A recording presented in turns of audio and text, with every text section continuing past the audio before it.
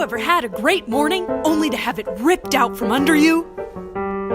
Due to Janet's proximity to MSU, her long-awaited guests will have nowhere to park. MSU students park near Janet's house instead of in the on-campus parking lots because it's almost impossible to find spots in time to get to class in the morning. This creates problems for Janet and her neighbors. But wait! There's more! Bree arrived early on campus, only to drive around for 15 minutes searching for a spot. When she finally does find a spot, she's a 10-minute walk from her building with only 2 minutes to spare.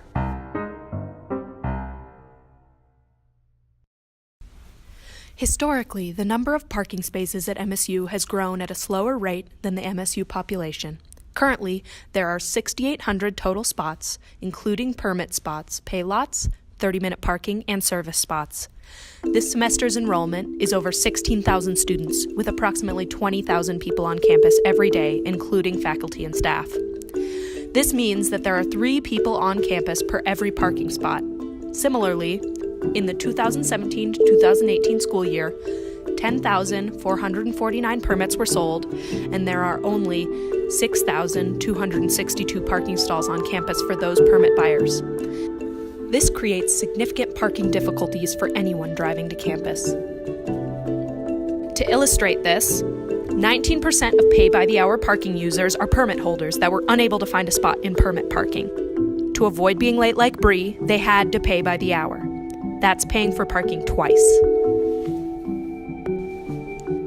Surprisingly, this issue cannot be solved by simply adding additional spots. That's just taking care of the short-term problem. Instead, changing the organization and strategy of our parking system can be the beginning of a long-term solution. This map shows that during peak usage from 10 a.m. to 2 p.m., there's almost no parking availability near the center of campus, where most classes meet. However, there are about 300 spots that are unused during peak times, most of which are in the F lots, or furthest lots, on campus. Freshman residents, very few of whom use their cars for commuting to work or school, are allowed to use the lots shown in yellow. However, 85% of freshmen with cars park in only 50% of the possible lots they could park in. Parking for dorm residents accounts for approximately 30 to 50% of lot usage near the center of campus. Our survey of dorm residents shows that most freshmen with parking permits used their cars as much as 3 to 4 times per week, but very few had jobs off campus. During the 3 to 4 days every week that dorm residents do not take trips off campus, their cars take up space in lots near the center of campus, making it extremely difficult for commuting students to get to class. The 23% of permit holders who drive over 10 miles to campus and the 50% who drive 1 to 4 miles face the issue of finding parking among lots shared with campus residents whose cars move around half as often as daily drivers. No wonder our campus's central lots are so often full.